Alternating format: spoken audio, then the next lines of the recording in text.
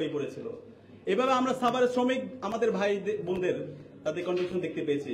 সারা দেশব্যাপী আমাদের এই জুলাই আন্দোলন ছড়িয়ে পড়েছিল এবং এর মাধ্যমে আমরা ফতে গণভবনের মাধ্যমে আজকে আমরা নতুন বাংলাদেশ পেয়েছি এবং এখানে অসংখ্য গল্প আছে, হাজারো মানুষের নেপথ্যে এবং সামনে থেকে কন্ট্রিবিউশন আছে। এই জুলাই বিপ্লব পরবর্তী 5 অগাস্টের পরে আমাদের আকাঙ্ক্ষা ছিল এই জুলাই যেভাবে আমরা কমন গোল নিয়ে গ্রেটার পারপাস নিয়ে বাংলাদেশ প্রশ্নে সবাই এক হয়ে নতুন বাংলাদেশ বিনির্মাণ করার জন্য আমরা একত্রিত হয়েছিলাম, সে আলোকে আমাদের এই বাংলাদেশটা বিনির্মাণ হবে। কিন্তু আমরা দেখতে পেয়েছি জুলাইয়ের পরে এই জুলাই বিপ্লবে যে মানুষগুলো সবচেয়ে ক্রুশিয়াল টাইমে কন্ট্রিবিউশন রেখেছে, আমার এই প্রাইভেট বিশ্ববিদ্যালয়ের ভাই বোন, আমার এই কওমি মাদ্রাসা, আমার এই শ্রমিক, প্রবাসী, শ্রমজীবী এবং বিভিন্ন রাজনৈতিক দল ওই সময়ে যে কন্ট্রিবিউশন রেখেছে তাদেরকে সবাইকে কর্নার করে দেওয়া হয়েছে, তাদেরকে আদারিং করা হয়েছে, একটা নির্দিষ্ট গ্রুপের মধ্যে পরে জুলাইকে নিয়ে আসার চেষ্টা করা হয়েছে। আমার এখনো মনে আছে সেই সময় 5 অগাস্টের পরে 5 অগাস্ট রাতে আমরা একসাথে একই বাসায় ছিলাম। পরবর্তীতে এই শপথ প্রোগ্রামের পরে আমরা ক্রমাগত বলেছি আজকে যারা মূল সারি সমন্বয়ক আছে তাদেরকে, ভাই এই জুলাই বিপ্লবের পর আমাদের একটা প্রক্লেমেশন দরকার, একটা ঘোষণাপত্র দরকার, একটা ন্যাশনাল কনসেনসাস দরকার, যেন এর মাধ্যমে আগামী বাংলাদেশ বিনির্মাণ হয়। কিন্তু তখন আমরা এই সমন্বয়কদের থেকে শুনতে পেয়েছি তারা একটা পার্টি ফরমেশন করতে চায়, অথবা তারা নিজেদের মতো করে এই বিপ্লবটাকে নিজেদের মধ্যে নিয়ে যেতে চায়। তাদের কাছে এটা সবার আগে, তাদেরকে বাংলাদেশ পরিবর্তনের চাইতে তাদের কাছে নিজেদের আখের বিছানোটা সবচেয়ে বড় হিসাবে আমরা তখন দেখতে পেয়েছি। এবং এই তাদের বিট্রায়ালের কারণে, সঠিক সময়ে সঠিক সিদ্ধান্ত না নেওয়ার কারণে এবং এই বিপ্লবের যারা স্টেক ছিল তাদেরকে ডিনাই করার কারণে, হিস্ট্রিক্যাল করাপশন করার কারণে আজকে 1 বছর পরে আমরা দেখতে পাচ্ছি বিভিন্ন ধরনের বিভাজন তৈরি হয়ে গিয়েছে। আমাদের প্রথম দাবি ছিল যাদের মাধ্যমে আজকে আমরা আজাদী পেয়েছি, নতুন বাংলাদেশ পেয়েছি, আমাদের এই শহীদদেরকে রাষ্ট্রীয় স্বীকৃতি দেওয়া, তাদের পরিবারের দায়িত্ব নেওয়া, আমাদের যারা গাজী আছে সেই গাজী পরিবারের তাদের ট্রিটমেন্টের ব্যবস্থা করা এবং তাদের পরিবারের দায়িত্ব নেওয়া। কিন্তু আমরা দেখতে পেয়েছি রাষ্ট্র থেকে তাদেরকে ডিনাই করা হয়েছে। আমার মনে আছে 5 অগাস্টের পরে পুরো অগাস্ট মাস জুড়ে আমি শহীদ পরিবারের কাছে গিয়েছি, গাজী পরিবারদের সাথে দেখা সাক্ষাৎ করেছি, তাদের ট্রিটমেন্টের জন্য বিভিন্নভাবে কাজ করেছি। কিন্তু এই যারা নিজেদেরকে মাস্টার মাইন্ড দাবি করে এবং পুরো জুলাই বিপ্লবকে কুক্ষিগত করতে চেয়েছিল, তারা তখন সরকারি বিভিন্ন ধরনের দপ্তরে তারা দৌড়াদৌড়ি করছিল, তারা বিভিন্ন ধরনের পদ দখল করার জন্য সে সময় চেষ্টা করেছিল এবং বাকিদেরকে সবসময় কর্নার করে দেওয়া হয়েছে। পরবর্তীতে এই আমাদের এই শহীদদেরকে এবং আহতদেরকে তাদের ট্রিটমেন্ট ব্যবস্থা করা, তাদের দায়িত্ব নেওয়া, সেই জায়গায় আমরা এখন পর্যন্ত সেই ধরনের দৃশ্যমান কাজ দেখতে পাচ্ছি না। যেগুলো দেখতে পাচ্ছি সেগুলো একটা শহীদদের সাথে প্রতারণা করা। আমাদের এই জুলাই ফাউন্ডেশন, আমার এক ছোট ভাই রাহাত উত্তরায় সে গুলিবিদ্ধ হয়ে তার চোখ হারিয়েছিল, তার 30 লক্ষ টাকা দরকার।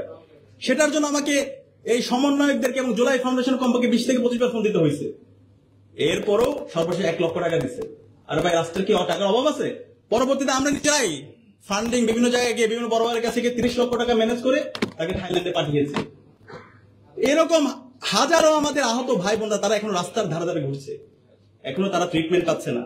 তাদের পরিবারগুলো, তাদের ফ্যামিলি ডিভোর্স হয়ে যাচ্ছে। পরিবারে একমাত্র যে হচ্ছে তার ফ্যামিলিকে পরিচালনা করতো সে আহত হয়ে এখন হাসপাতাল বেডে পড়ে আছে, তার ফ্যামিলি, তার পরিবার দুঃসহ জীবন পরিচালনা করছে। এরপর আমাদের এই প্রত্যাশা ছিল এই জুলাই বিপ্লবের পর আমাদের এই যে প্রতিষ্ঠান করে দেওয়া হয়েছে গত 16 বছরে, সেই প্রতিষ্ঠানগুলোকে নতুন ভাবে ঢেলে সাজানো হবে।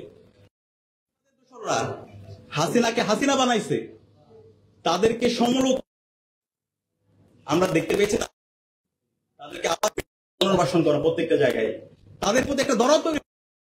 অন্তর্বর্তীকালীন সরকার যারা রক্তের উপর বসে শপথ গ্রহণ করেছে তারা তাদের প্রতি দরদ দেখায়। আবার আমরা যখন এইদেরকে প্রতিরোধ করতে যাই তখন তাদেরকে বলা হয় মব। কোন ধরনের সুস্পষ্ট এটা হচ্ছে জুলাইয়ের সাথে গাদ্দারি, জুলাইয়ের সাথে প্রতারণা। এবং এই যে আমরা বলছিলাম আমাদের এই প্রতিষ্ঠানগুলোকে নতুন ভাবে ঢেলে সাজানোর জন্য যে সংস্কারের কথা, সেগুলোকে দীর্ঘসূত্রতা করা হচ্ছে এবং এগুলোকে বিভিন্নভাবে এত দীর্ঘায়িত করা হচ্ছে, মানুষের এটার প্রতি এখন ট্রাস্ট ডেফিসিট তৈরি হচ্ছে, আস্থার সংকট তৈরি হচ্ছে। এর পাশাপাশি আমরা দেখতে পাচ্ছি আমাদের ছাত্র উপদেষ্টা যাদেরকে আমরা পাঠিয়েছি তারাও এখানে বুক বিলাসে মত্ত হয়ে পড়েছে। মিডিয়ায় যে ফেসিজম, সেই ফেসিজম ফেসবুকে সে বিচার নালিশ দিচ্ছে এবং ক্রমাগত ভাবে স্টেকগুলো আছে সেই স্টেকগুলোর মধ্যে বিভাজন তৈরি করার জন্য সে ক্রমাগত ভাবে বিভিন্ন ধরনের কাজ করে যাচ্ছে। এবং ফেসবুকে আমরা তার দেখতে পেয়েছি তার বিভিন্ন ধরনের অ্যাক্টিভিটিস। তো এইভাবে যদি ছাত্র প্রতিষ্ঠান এবং একই সাথে ছাত্র প্রতিষ্ঠান আমাদের বিকৃতি হিস্ট্রি দেখতে পেয়েছি, ওনারা বই লিখছে কিন্তু এই বইয়ের একটা হিস্ট্রিক্যাল করাপশন সকল স্টেকদেরকে অস্বীকার করা হচ্ছে এবং তাদের মতো করে পুরো ইতিহাসকে রচনা করা হচ্ছে। এরকম কাজ করার মাধ্যমে আজকে জুলাইয়ের যে ঐক্য ছিল সেই ঐক্যের মতো আজকে ফাটল তৈরি হয়েছে, আজকে বিভাজন তৈরি হয়েছে। তো সে কারণে আমি সবাইকে অনুরোধ করবো, ভাই একটা জাতি আর কত রক্ত দেবে? গত 54 বছরে তো আমরা কম রক্ত দিইনি। এই জুলাই এত রক্ত দেওয়ার পরে 2000 আমাদের ভাই বোন শহীদ হওয়ার পরও, 40 সালে আমাদের ভাই বোন গাজী হওয়ার পরও যদি আমরা আমাদের এই বাংলাদেশকে নতুনভাবে বিলীন করতে না পারি, আমাদের পরবর্তী প্রজন্ম আমাদেরকে ক্ষমা করবে না। আমাদের পরবর্তী প্রজন্ম আমাদেরকে ক্ষমা করবে না। আমি অন্তর্বর্তীকালীন সরকারকে অনুরোধ করবো এবং আমাদের রাজনৈতিক দলকে অনুরোধ করবো, ছাত্র সংগঠন বাংলাদেশ প্রশ্নে শহীদদের আকাঙ্ক্ষা আলোকে নতুন বাংলাদেশ বিনির্মাণ করার জন্য আমরা যেন ঐক্যবদ্ধভাবে কাজ করি। এক্ষেত্রে অনেক ছাড় দিতে হবে, জামাতকে ছাড় দিতে হবে, বিএনপিকে ছাড় দিতে হবে, আমরা যারা ছাত্ররা আছি সবাইকে ছাড় দিতে হবে। কিন্তু শহীদদের যে স্পিড, সেই স্পিডে আলোকে আমাদের এই নতুন বাংলাদেশ বিনির্মাণ করতে হবে। আমরা যদি এটা করতে ব্যর্থ হই তাহলে আগামী বাংলাদেশ আমাদের অনেক খারাপ কিছু অপেক্ষা করছে। আমাদেরকে কমন এনিমি ঠিক করে সবাইকে ঐক্যবদ্ধভাবে ন্যাশনের প্রশ্নে, ন্যাশন বিল্ডিং এর জন্য সবাইকে একসাথে কাজ করতে হবে। এবং এই জায়গায় আমি আশা করি, আমি বিশ্বাস করি এই যে প্রজন্ম আছে সেই প্রজন্ম তার পাশে ইনশাআল্লাহ। এই জুলাইয়ের মধ্য দিয়ে একটা প্রজন্ম তৈরি হয়েছে যেটা নিয়ে আমরা সবচেয়ে বেশি আশা করতে পারি। সে প্রজন্ম তারা শিবির করে না, ছাত্রদল করে না, বিএনপি জামাত অথবা অন্য কোনো সংগঠন করে না, কিন্তু তারা বাংলাদেশ প্রশ্নে তারা প্রতিবাদ করতে শিখে গেছে, তারা সত্যকে সত্য বলতে শিখে গেছে এবং মিথ্যার প্রতিবাদ করতে তারা কাউকে ভয় পায় না। এই প্রজন্ম যতদিন বেঁচে থাকবে সেই প্রজন্মই তারা জুলাইয়ের যে স্পিড, জুলাইয়ের আকাঙ্ক্ষা সেটাকে ধারণ করে বাংলাদেশকে একটি সমৃদ্ধ বাংলাদেশ করার জন্য, ইনসান ভিত্তিক একটি বাংলাদেশ নির্মাণ করার জন্য তারা কাজ করে যাবে। আজকে ওনার যে আয়োজন করেছে সেই আয়োজন করার জন্য ওনার অসংখ্য ধন্যবাদ।